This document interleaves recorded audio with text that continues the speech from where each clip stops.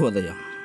Global బెథేనియా Calvary ministry తరపున ఈ ఉదయకాల సమయంలో మరొకసారి మీ అందరితో కూడా కలుసుకుని దేవుని యొక్క పరిశుద్ధమైన మాటలు ధ్యానించుటకును దేవుడు నాకు ఇచ్చిన మధురమైన అవకాశమును బట్టి నేను దేవుడికి ప్రత్యేకమైన వందనాలు తెలియజేస్తున్నాను.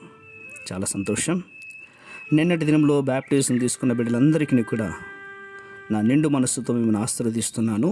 రాబో రోజుల్లో మీరు విశ్వాసులుగా కాకుండా దేవుని సేవకులుగా కొనసాగాలని, దేవుని శిష్యులుగా ఉండాలని కోరుకుంటూ ఈరోజు కూడా పరిశుద్ధమైన వేద గ్రంథంలో నుండి మరొక చక్కటి మాటను చదువుతున్నాను. దయచేసి గమనించండి. అపోస్తుల కార్యములు 2వ అధ్యాయము 42వ వచనాన్ని నేను చదువుతున్నాను. దయచేసి గమనించమని ప్రభు పేరిట మనవి చేస్తున్నాను. అపోస్తుల కార్యములు 2వ అధ్యాయము 42వ వచనము. వీరు అపోస్తుల బోధయందును సహవాసము యందును రొట్టె విరుచుట యందును ప్రార్థన చేయుట యందును ఎడతెగక యుండురి. దేవునికి స్తోత్రం కలుగునుగాక. అవును ప్రియులారా, నూతనంగా బ్యాప్టిజం తీసుకున్న వారితో పాటు ఇంతకుముందు బ్యాప్టిజం తీసుకున్న వారందరూ కూడా ఈ మాటలు శ్రద్ధగా వినమని ప్రభుపేట మనవి చేస్తున్నాను.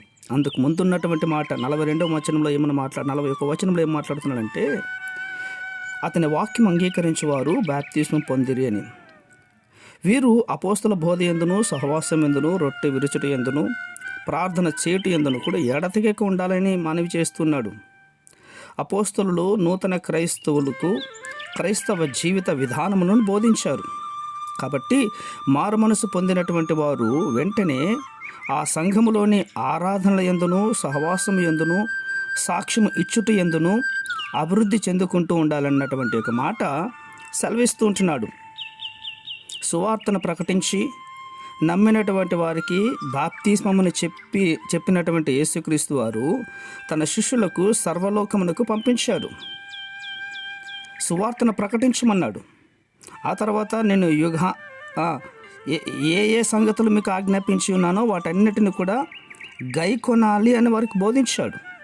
అవును, సువార్తను బోధించటంలో నమ్మకం కలిగిన వారికందరికీ కూడా బాప్తిస్మం ఇచ్చిన తర్వాత యేసుక్రీస్తు యొక్క నియమాలను బోధించి క్రైస్తవ యొక్క సంఘంలో వారు పనివారుగా ఉండాలి. అందుకే నిన్నటి వాక్యంలో సెలవిచ్చాను, మీరు క్రైస్తవులుగా ఉండకుండా దేవుని శిష్యులుగా కొనసాగాలి అని.